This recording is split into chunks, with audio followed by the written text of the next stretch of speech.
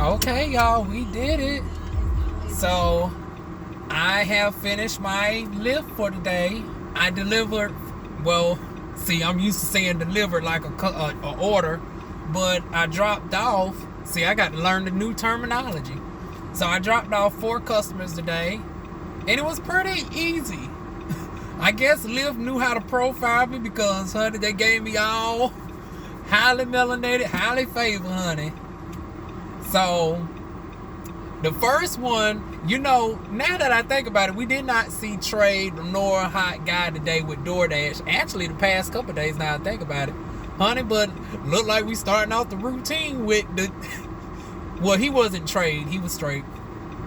But, honey, young Tenderoni in the car, honey.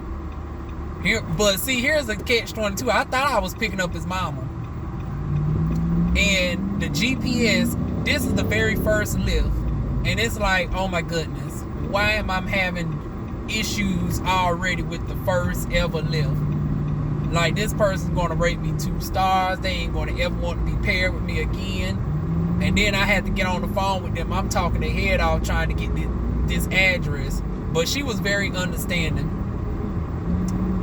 She got me right to the people, because what GPS was trying to do was send me to the house through another neighborhood, which was impossible. Like, it's like, how is you trying to send me through the trailer park into another neighborhood, but there's a whole physical barrier preventing you from doing that? So it's like crazy. She had to navigate for me because GPS within the Lyft app just wasn't doing it. And then here's the thing. It kept saying that I was there at the darn going, but then again, when I got to the actual location, their location is actually like 20 some feet from the trailer, but it's a huge, like, how can I say it? Like, it's a huge landhill structure or something that, separates the neighborhood. So GPS being like 50 feet off, it had me saying that I was there when I really wasn't. I was like 2 neighborhoods over. But surprisingly, 2 neighborhoods within like 1 street. Like, it's weird. But I delivered him off. I dropped him off. Good. Now we on to the second person. Now this is where the shock comes in, because he was like only like 3 miles. Okay, proud Mexican. There's a person in front of me who literally got a green, white, and red, flag going on. I'm thinking it's Italy or something. Well, thank goodness it's not the Confederate flag or anything. But, yeah, I dropped him off. Vibe was pretty good. I'm getting used to other humans in the car. He was mostly talking on the phone whole time. But like I said, Lord Jesus, young Tenderoni and everything with the basketball shorts. And no, I was not peeking. So don't ask me. But second person I ended up picking up was quite a bit of miles away. It's like 8. She was like 8 some miles away. But I ended up dropping her back off over this side of town. I was like, okay, this is good. I'm going to be able to be on this side of town. And then sure enough, I end up getting a third person. And this person is right on the... Well, I ain't going to say her exact address because she's the only house on that section. So I'm just going to say off of Rose Hill, going the opposite way, not towards Tiffany Pines, but towards the townhouses on Rose Hill. I would say that. So I picked her up. Now this was a 2-stop, because I had to drop her off when really it wasn't a drop off. I had to take her through the drive-through at Chick-fil-A, and then I had to drive her back to her house. So I'm being exposed to all different types of scenarios within these first 4 dashes. I got to experience app issues with the GPS being drastically off. Then I picked up somebody to take them through the restaurant, through the drive-thru, and then take them back to their house. But that was after traveling a long distance to pick up one woman with her 2 children. One was a baby in the car seat, and the other one had the child seat.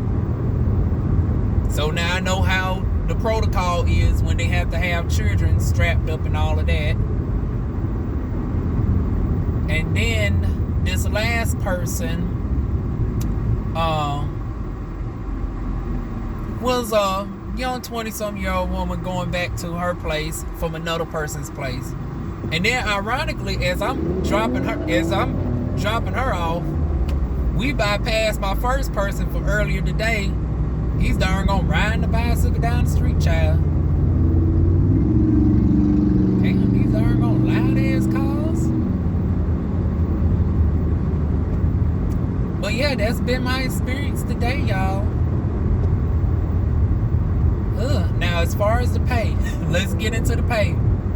Those 4 trips, I end up filling my tank a little bit past 3/4 of a tank earlier because I was down to like, you know, a quarter of a tank-ish from door dashing throughout this week.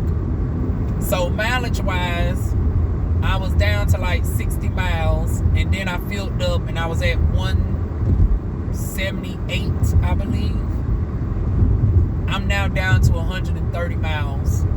So that means I've burnt up a total of 48 miles. Yep. Let me see. 130. So, yeah, 48 miles, $24. So that is what? That's 50 cents per mile. So yeah, I can see why people are not liking the Lyft too much. I don't know if Uber is similar, but the way that I just did this, it came out to 50 cents per mile. And this is with me blindly accepting every order, because I was like, I don't want to, you know, deny any order for like the first 10 or so, you know, Lyft deliveries until I get into the groove of things. As long as, you know, nobody is sending me to Fort Bragg or anything, because I do not have my credentials just expired again. But that would be interesting to see if it will give me a warning first, because it was like, I'm like, okay, if you're sending me to like Fort Bragg, I would think that it would give, you know, a warning sign. So anybody delivered to a base before that's done, you know, Lyft or Uber, y'all tell me how that is. Will it give you a warning sign in advance to say, hey, you're about to go on a military base? Do you got, you know, credentials to get on base? I'm not trying to go, because it's a process. You got to go all the way to All American and then go to their location, wait in the line, show them the register, and then, you know, my insurance is in that awkward area where it's expiring in 2 weeks, and I ain't chose what I want to renew with Liberty Mutual or not. So it's like, I'm trying to definitely avoid going and renewing that shit until at least September. Because also in that same month as me having to renew my insurance policy, I got to pay my darn on property tax. In the state of North Carolina, we actually have to pay property tax on our vehicle annually. And so that's another long wait. So I got to wait at the for them to give me a paper pass at Fort Bragg, and then it's like I got to wait at DMV. While also, this is the month for me to renew my insurance. So it's like, that's why I'm putting the darn going Fort Bragg on the back burner for now. So hopefully we don't get no requests for me to go to Fort Bragg, because I be trying to pay attention to the thing, but it's like it don't let us zoom in or anything. I wish it was like DoorDash. See, like DoorDash, after you accept the order, you could darn go and click in and get the final destination address and all that, and then I can go out the app and key it into Google and then see if I really want to take it or not. But so far, I'm noticing I don't know if I can do that with Lyft. Lyft, I can't see where I'm going until it navigates me there. So that's another bad thing. Now, if it's possible for me to see the final destination, prior to me getting there, y'all tell me. But like I said, y'all, so far so good. Except for the pay. Oh, timing is 9 o'clock, and I do believe I came back out here at 5. So 4 hours. So that's equivalent to like $6 an hour. Y'all know I'm used to making like $20 an hour with DoorDash. With a lot less liability, because it's like I'm transporting food. I'm not transporting children or adults.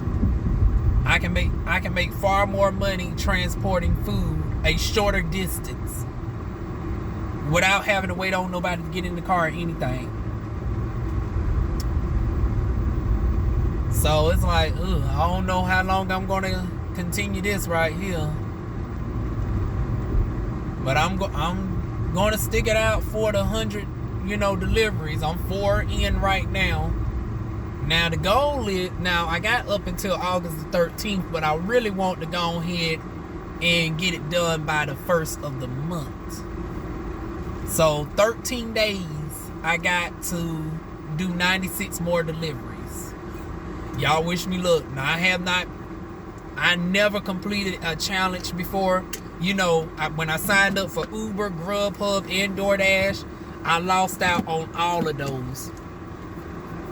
Cause I didn't get, and those were shorter. Like they gave me a 2-month window and everything. I think for DoorDash, I had to do like 150 deliveries like within 90 days. I did not do that. With Uber, I think it was like 60 deliveries within 2 months. Like 1 delivery a day. I didn't even do that, and I don't even know what Grubhub was. But this one is 100 drop-offs within your first 30 days. So I got 28 days left, y'all. 28 days. Once again, I made $24 a day, going a total of 48 miles over a course of 4 hours. So $6 an hour, 50 cents a mile. But like I said, I'm looking at the long game, honey. If I can secure this $1,300 with these 100 deliveries, it comes out to being $13 dollars per person. So I can deal with that. I'm just hoping that it makes sense as far as gas. Like it balances out where I don't have to fill my gas tank up an astronomical amount of times. But I think I should be good. I don't think I'm going to have to fill up my tank no more than like maybe 4 or 5 times. And it takes like $30-some to fill my tank up. So that'll be like a total of $120, $150.